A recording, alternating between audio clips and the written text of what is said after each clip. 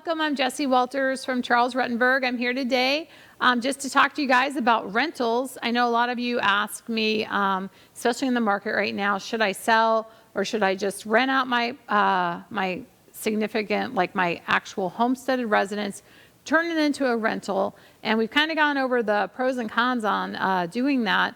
And of course, a pro would be to sell it would be the money. If you've lived in the house for over 2 years, you'll have a lot of tax-free income, so that's great. The other thing would be to keep that rental as an asset. And when you keep a rental as an asset, then you do give up that tax, your tax credit, or either that $250,000 that you could have made per person, and it would be tax-free. So, but you turn it over to a rental. And let's just say you guys decide to do that. I always suggest that people don't. If you lived in the home and you love the home and that's where you grew, the children, raised a family, probably shouldn't rent it out, because a lot of things can happen, when you're renting it out. So just to kind of, I guess, give you guys a heads up, I brought a couple houses to show you what can happen when you have a tenant who doesn't take care of the house as much as you do. These are undisclosed addresses, but so this house has a unique story.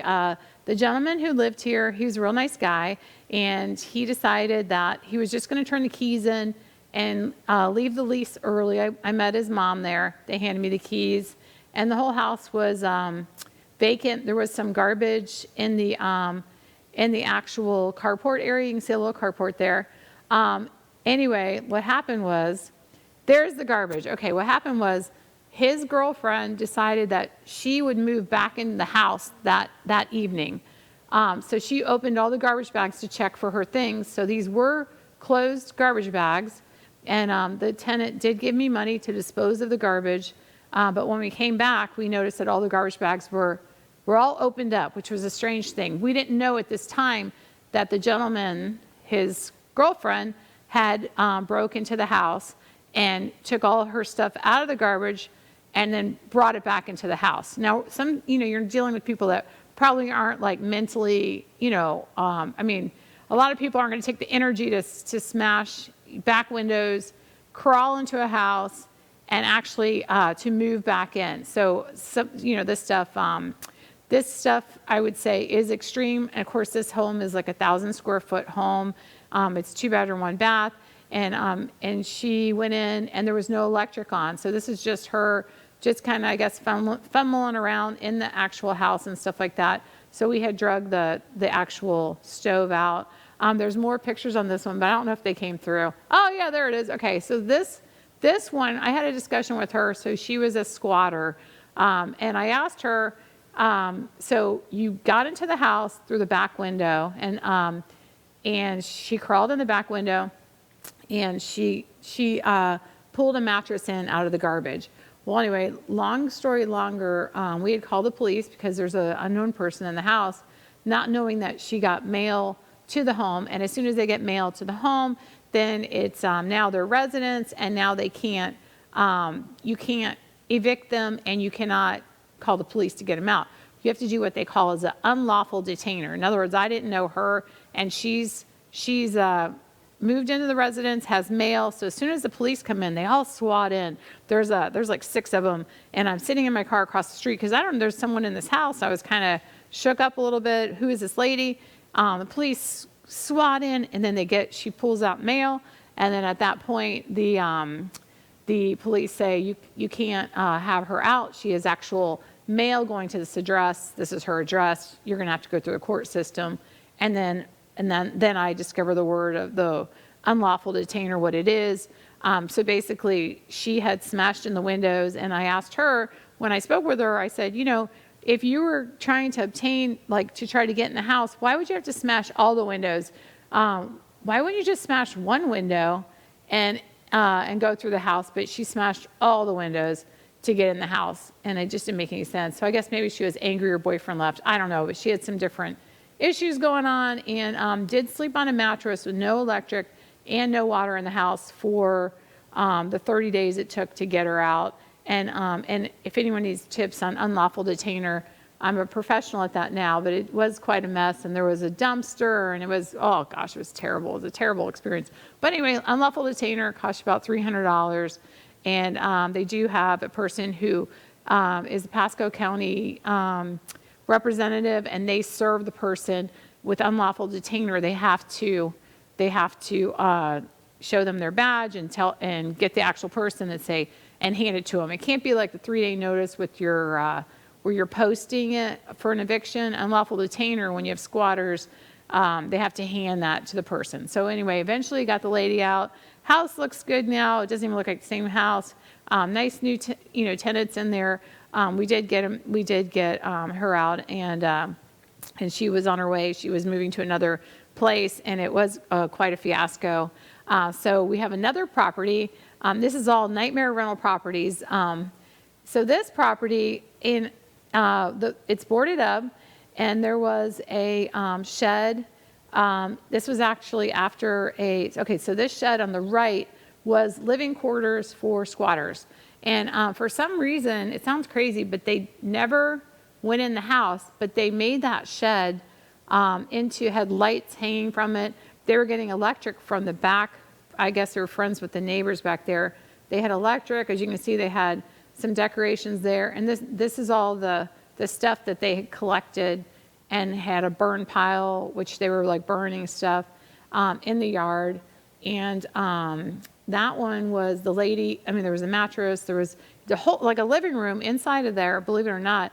And that one was, again, unlawful detainer. She had no lease, her and her boyfriend. And actually this one was pretty sad, because they do have a daughter, and she was living in that shed too. Again, no water, no electric, but the neighbors gave them like extension cord, and then they had like actually decorative lights and stuff up. So when I went there, I asked them what the deal was, and they just said, well, we're going to move as soon as the police come and tell us we have to move, but we're not going to move up until that point. So, begged them to move. And, a lot of times when you have rentals, you can even, like motivate them as far as, you can say, hey, I'll give you, if you're out by Friday, I'll give you $300, to help you with your new residents, stuff like that. Nothing worked with them. The police did come, and the police, were like, what's the problem? The squatters said, well, we have the rights to be here. The owner told us we could.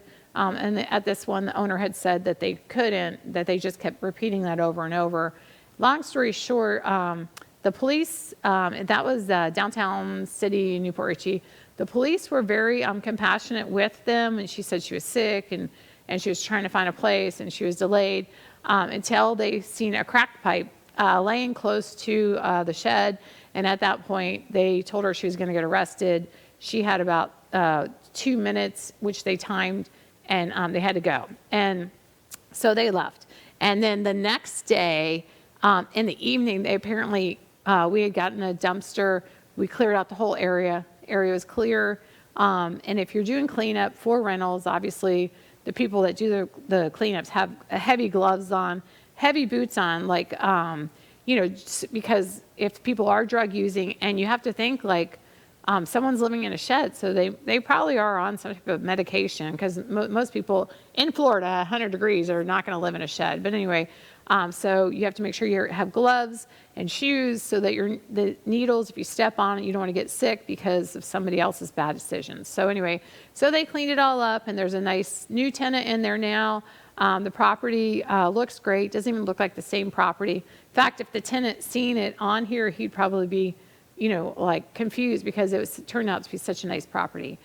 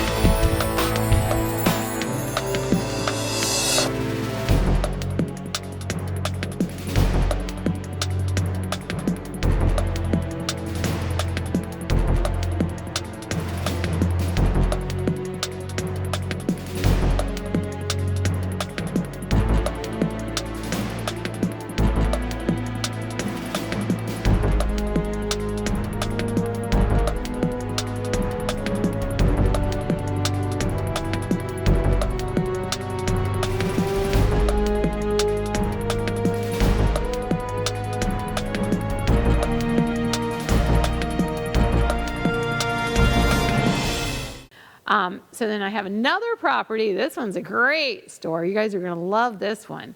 So this one, let's see, there we go. Okay, so as you can see, this car looks like it's shoved into the front porch. And in fact, it is shoved into the front porch. And so you say to yourself, how does this happen? So what we had was, we had a lady who had decided to sublease her house. She had a lease, and then the people with the car here, the Mustang, they were living in the house, and they paid her, which is a no-no. The tenant is not supposed to sublease, but she decided to have her friends in there, and they were going to pay her rent. So they paid her rent, and then when they paid her rent, they locked her out of the house. So then she got real upset and didn't want to move back in. I went over to the property, told the new tenants that they have no lease, that they're going to have to go, and they said no, they had paid her. And so I said that's not how it works. At this point, the tenant is now at Lowe's getting a rental truck. And when she gets a rental truck, she puts it in her mom's name because her mom she's got the credit for the rental truck, and maybe the tenant doesn't have such good credit or whatever. But anyway, regardless, she puts it in her mom's name. And the reason I'm telling you this is because the mom then is responsible for the rental truck. Well, anyway, as the day goes on, I gave the 3-day notice, which I knew did not pertain to this tenant because they're unlawful. It's an unlawful detainer. They're literally squatters at this point. I have no lease with them, so I need to issue unlawful detainer. But most tenants who kind of jump in on other people's leases don't know what unlawful detainer is. They know a 3-day notice. So I figure, let me just give them a 3-day notice and see if they move out and hope for the best. Well, when I come back around, you can see the track marks there and stuff. The tenant gets this Lowe's truck, gets so mad at these people, drives into the side of the Mustang and pushes it into the front deck, the porch, which then smashes the front porch pretty much off the house, which it had to be taken off. And their car was stuck there in the front porch. And this house, I didn't bring the inside pictures, but this house literally looked like I Dream of Jeannie with the mattress floating in the actual bedroom itself. The bed had no box spring or anything like that. It was just literally floating in the room with all the trash and stuff under it. There's just trash in the whole house. And again, we were trying to get the plan to clean the place up. The tenant, when she actually smashed into the car, she decided to also take a gun and shoot backwards at the people that were in the house. So when she took off shooting in the Lowe's truck, she then the police were then called, and so I donate to different organizations, and I got a call that she was at the one free, getting like lunch and stuff like that, that she was there, and I didn't call the police on her, but the neighbors that called the police on her and stuff, and and she had got arrested, and her mom called me and said that she was in jail and that I could take, per her, actual full 100% back the house and re-rent it out and stuff, which was not an easy task. I mean, there was thousands of dollars damage, just loads of garbage, and I think it was 3 dumpsters full. They towed the Mustang out. The whole front porch was a disaster. Had to put a new kitchen in it. So again, if you love your home and you take pride in your home, the chances of a tenant tearing it up for you is a 50-50 shot. Some people treat your home just as if it was theirs, and they respect it and they make it better. But a lot of people, you don't know what they're going to do. They may be great when they move in, and then they start, maybe they lose their job, which usually doesn't make you go off the chain and go crazy, but, maybe they start, hanging around with the wrong crowd at any age. And this is what this last one, that's exactly what she did. She had started hanging around with the wrong people and ended up actually in jail. And that was in Pasco County. And I show you guys these, not just because, I get a kick out, it's funny. And people are, they think of realtors as this glamorous. I want to be a realtor. I love decorating. That's what they always say. I just think it would be so nice to be able to dress up and show my clients, actual, houses, and I could give them designer tips. Well, real estate isn't exactly always fun and games and, seeing beautiful homes. And I do see a lot of beautiful homes, don't get me wrong. But there is also the sad side of it, where you're in a home and, there's a squatter in there. There's a tenant who won't leave and you're trying to sell it for another person. There's a lot of not so glamorous things about real estate, which I think that's why I have such a good sense of humor, because of the actual things that I've seen. So if you guys are selling or buying, give me a call and I'd be glad to help you with any rental questions that you have. And I hope this inspires you to go forward and actually either A, sell your house and make that profit, or B, rent it out, but with a grain of salt.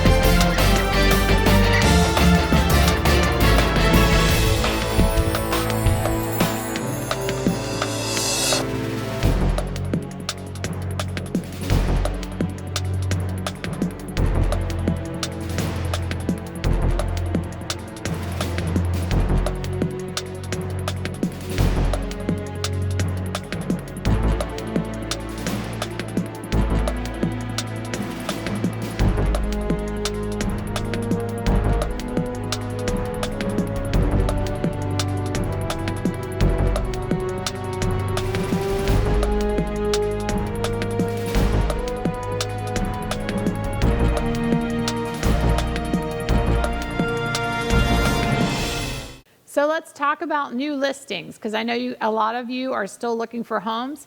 I have a couple coming up. I'm not going to give exact addresses, but I'm going to give you guys some vague information. And if anyone's looking for homes like this, then you call me and then I'll share it with you.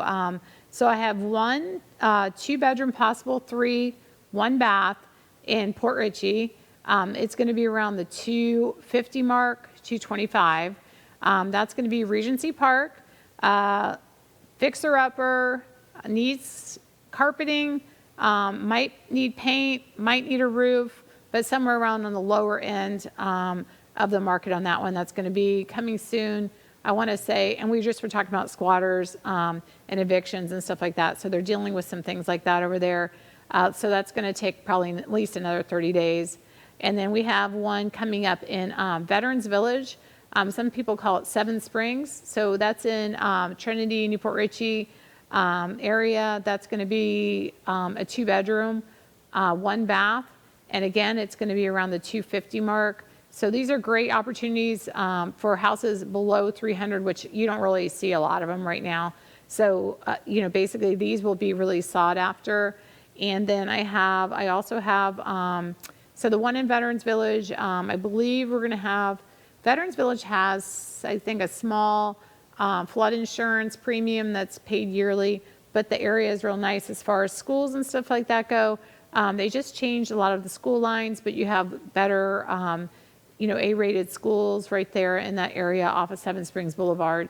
And again, that's Newport Richey, or they say Trinity, but it's Seven Springs Boulevard, which is, they used to call it Veterans Village. A lot of people know the legal by Veterans Village. So that's a good one.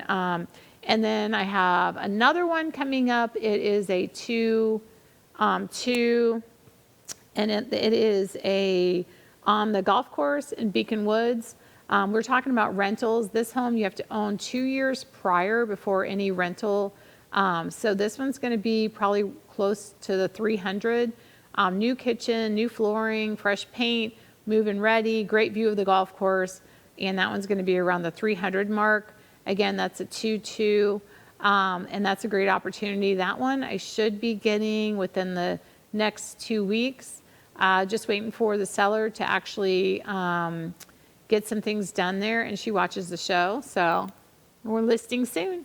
And then I have another one, which is a condo, again in Beacon Woods. This one's going to be around the $200,000 mark. It is 55 and over. Again, Beacon Woods has restrictions on the rentals. On this one, I don't know if it had an actual rental restriction for the condo. We're waiting for the actual condo complex to verify whether they've changed it to rentals or non-rentals. So you have, so again, I have one at Embassy Hills Regency Park, 2 possibly 3-bedroom, 1 bath, fenced-in yard, and then I have one, like I said, Beacon Woods, 2-2 on the golf course. Then I have one Veterans Village, 2, I believe it's a 2-2 in Veterans Village, and Regency Park, Beacon Woods, and 2 in Beacon Woods. So those are and those are all under 300,000, which is amazing price points. So the one seller I had sold her the property 6 years ago. So it was nice that she actually called me back up, and we're going to put it for sale. And then again, I had another seller. She wants me to pre-advertise it for her as far as the $200,000 condo in Hudson area. So next week when I do the show, what I'll do is I'm going to be bringing how much is their HOA fee there, and probably just put a generic picture up with not the exact address, only because the tenant is still in the house and we don't want, people just coming up and knocking on the doors and stuff. So anyway, so those are pretty exciting. 4 new properties. Just call me, text me, email me, and I can give you the information, before they hit the market. And then as soon as they hit the market or prior, we can go take a look, or as soon as all those tenants move out. And we were talking about, should I rent out the house or should I buy a house? These actual properties I have coming up are perfect rental, locations, except, like I said, Beacon Woods, you have to own 2 years prior before you rent it out.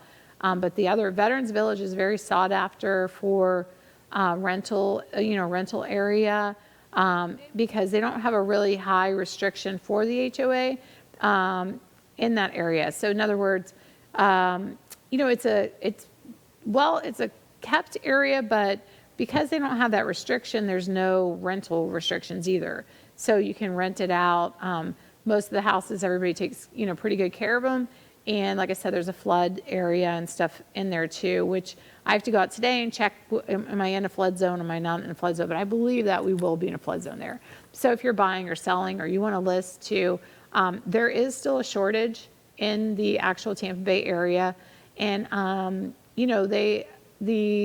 I guess, the crystal ball, they keep saying, is it going to crash? And people ask me, in fact, I was going to do a video of like me going through, drive through, hey, is the real estate market going to crash? Me at Publix, is the real estate market going to crash? At the bank, if I wear my shirt, that's all people ask me. Obviously, I'm not a psychic, but the difference between 2006 and 2007 versus now is that the interest rates were higher then, but also a lot of banks were lending on, a lot easier. Now there's a lot more lending restrictions.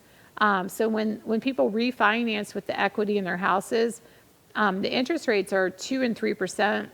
So people, now they're worried, did I pay too much for my house? What if my house drops? Well, for your house to drop in value, there has to be a surplus of homes for sale. And right now there's still a shortage. I'm not sure if Florida is going to be like the other, markets in the United States where they start to slow. But right now, when I go to a property, the last 3 I've gone to, has been highest and best by 6 o'clock with more than one offer in. There has been no properties that I've gone to where they haven't called and said, get your offer in now. I was out, I don't usually like to brag about this, but I was outbid on, the last 3 homes because my buyers are conservative though. I'm more like, let's put the escalation clause, let's do this, let's do that. Whereas they're more, I don't want to, have to come up with extra money if it doesn't appraise out. And I totally understand that. People, they don't want to overpay for that property. It makes sense. But if you love that property, you want to get it, I will then tell you how to get it. So, and I am famous for escalation clauses. And do you want to waive the appraisal? It's another way to get your your offer better and better. When we were talking about Dylan with the mortgage firm, she even has a new program, the Ribbon program, which actually takes your conventional loan and turns it into a cash purchasing situation, but it's a great program, and it's puts you in front of the line as far as bidding and stuff like that. So, you guys ask me, is it going to crash? Is it going to crash? And do I see it crashing? And no, because I'm still showing properties and I'm still in lines showing properties. And 15 minutes later, there's another person coming in and you're opening a door to a realtor and their customers as you're walking back out after showing. So until that stops, I don't see an end in sight as far as the bidding wars because there's just not a lot of inventory. So I was showing this week, downtown Newport Richey, and as I walked out of the house, the realtor caught the door, and they were, like I said, walking in, and the showings are every 15 minutes. So that's a normal paced day for if you're a listing, and you're going to have people in the house, and you're living in there, and you're like, how often do people come? Well, the actual automated showing systems is every 15 minutes.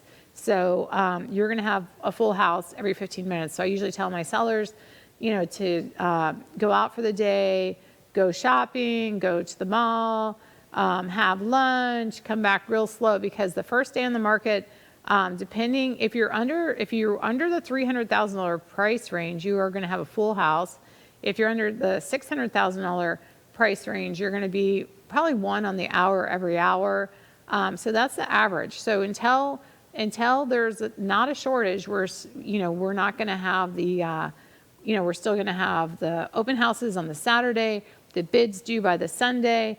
And so people, again, I saw a lot more open houses. Does that mean that the market's failing? No, it just means that, when I list your house, I'm going to get the highest and the best out of your house, which means that most likely we're going to have an open house so that every single person who's trying to see the house every 15 minutes with all those appointments being booked, we're going to open your house up on the one day, whether it's the Saturday or the Sunday, and we can have everybody come in at the same time, close to each other, every 5 minutes, eat some cookies, have some coffee, walk through your house, and then the next one, and the next one, and the next one. So my goal is, and most realtors' goals, is to have as many people put eyes on your house as possible so that we can get the max out of it. So it's a misconception if you see open house to think that the market has fallen. fallen in now that they're having more open houses. No, it's because you have a good realtor and your realtor is trying to get you as much as possible out of the house. So unless you overpriced it, and then you're making your realtor have open houses. Again, misconception is my house is worth $20,000 more than my neighbor's house, even though my realtor told me it's not. I'm just going to list it because my friend down the road got $10,000 over. So the misconception with that is that you don't want to overlist your house for more money. You want to list your house right at appraised value, right where your realtor tells you this bank's going to appraise at this. The reason for that is that most people then, their choice will say, I want to overpay by this much on your house. And then if it doesn't appraise out, literally it's on them. I mean, it's not legally on them, but you have to think of it like, well, you guys waived the appraisal, appraisal waiver, and you guys overpaid $10,000. Now it came in right at appraised value, and now you've got to come out of 10, not the seller, but the buyer's got to come up with extra 10,000. And so honestly, that's on the buyer then, because you said, well, I listed it right where I knew it was worth, and you guys came in and overpaid. So at least you have justification where you're like, no, I didn't try to, milk it and get as much as I could and overprice it. And now now I feel guilty that they don't have the money. You actually listed it right where it's going to appraise. They came in, they said, I'm going to overpay 10 grand, or I'm going to overpay 20 grand. And you can say, well, if you do, and it doesn't appraise out, then you have to understand that you've got to pay the difference. Like I said, there's appraisal waiver and stuff like that. So then it's easier to actually explain to your buyers too, if you're a buyer's agent, to say, well, they put this property at 450. It's going to appraise out at 450, but other people are going to come in and they're probably going to bid 460 on this property. So just depending on which area. I was in Odessa a couple days ago, and the property was 450, and we were having a hard time comping it out because everything was brand new in the house, where all the neighbor's house was the original, which was like 15 years old inside, which wasn't bad, but it wasn't like as pristine as this other house. So the best thing to do, if the selling agent does pick up the phone and you're able to contact them to say, hey, where did you get these comps from so I can verify this price for my buyers? And which they did. They sent them over. They were all newly done too. And so it's different just to say, now I think when people, the way they think, 1,500 square foot with a pool in Hillsborough County was $450,000, and the house is like 10 to 15 years old. All the houses in there are about $400,000 to $500,000 now. So it's like one of those things that, as far as being a realtor, we went into those houses 2 years ago and they were 400 and now they're 450, or they were 375 and now they're 450. Again, when that person who's selling that home for the 450 goes to purchase a home, it is relative at that point, because now, yeah, you got top money for your home selling it, but also to purchase that new home, you're going to have to pay top money to get exactly what you were used to, your standard of living at this home. So if you're selling, and I had that question too, should I just sell and rent an apartment? So if you sell and say, let's just say the one who had asked me, she was going to make $100,000 and she was going to rent an apartment. So if you're paying an apartment between $2,000 and $3,000 a year, and you got your $100,000, it's tax free, and you put it in your account, that first year in your apartment is going to cost you between $2,000, which is 24 grand a year, to 36,000. So after 3 years, all that profit that you made on that 100,000 is way gone. So it goes quick. So if you're going to just take the cash out of your home and be like, well, I'm going to live just so good for this, couple years because I'm going to have 100,000.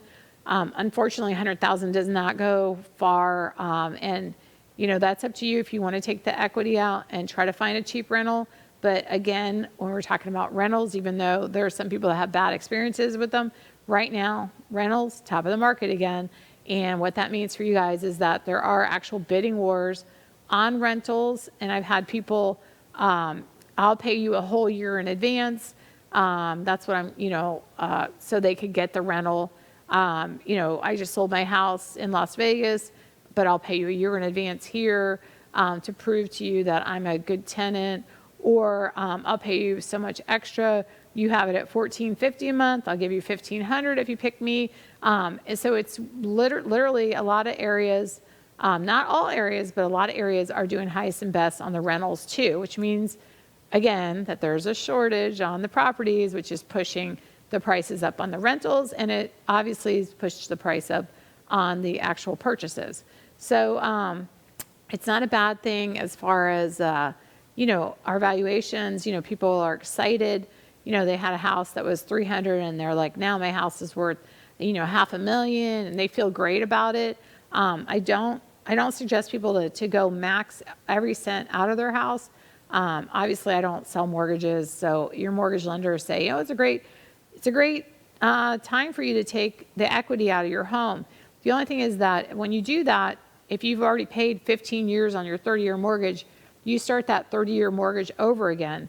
So it may be the same payment, but now depending on how old you are, you started the clock ticking again. So you were already into it for 15, 20 years on your mortgage, and instead of just refinancing your balance and just paying it off, maybe a 15-year mortgage at a lower interest rate, you took it all, and now you went and bought a boat, and you bought an RV, and you're living your best life, but now you got this 30-year mortgage ahead of you again. And so just have to be careful as far as making sure that you don't put yourself in a non-leveraging position. Dave Ramsey, I don't know if you guys like him, but he has a lot of good financial advice as far as whether or not you should, liquidate, whether or not you should sell, how you should kind of go at it. A lot of people are successful on his, actual classes, stuff like that. Obviously, I'm not a Dave Ramsey advocate or, for his books and all that stuff, but he does have a lot of good things. He has, I think I agree with most of the stuff that he comes up with. The probably only thing I used to argue with him about, but he obviously doesn't know, but would be the rentals. He always says, don't have an out-of-state rental because someone could take a motorcycle apart in your living room. And I always thought, gosh, that's just, so crazy, such a broad statement. And now, as you can see from those rental pictures, that is a possibility. Someone actually could take apart a motorcycle in your living room if you don't live close to them, to your actual rental property. But so anyway, if you guys are buying or selling, please give me a call. And if you need rental advice, if you have squatters or need eviction papers, most counties have them all online, and I'd be glad to help you guys with any questions that you have. We have all these different properties, and there's going to be some higher end properties coming back on the market too. All the other ones I have are under contract. Actually, I have one that's not under contract. It's 2.38 acres, Weeki Wachee, David Drive. I don't know if I even have a picture of that, but if you guys call me, it's in Brooksville. I can give you the address and stuff like that. It's David Drive, Brooksville, or /Weeki Wachee. And that's a mobile home on 2.38 acres, $199 cash only, because the mobile home was a repo and it was on a property, then repoed, then put back on another permanent property. And when you move a mobile home, it is unfinanceable. So you have to have cash only on that property per FHA guidelines. And even though it was installed through the county and all that good stuff. So I have that one, and the one I had in Webster is under contract. And all the other ones I've closed on right now. So we have those 4 coming up in the next month. So if you guys are buying or selling and you need some help, Hernando, Pasco, Pinellas, Hillsborough, just let me know, and I'd be glad to help you guys list them or find a new home if you're actually buying. And I think that, I'm trying to think if there's anything else. Oh, and if you guys have market questions too, send me messages and I can try to answer them on the next actual show too. Because I know a lot of you I run into ask specific questions and stuff like that. So everybody have a great day. God bless, and we will talk next week.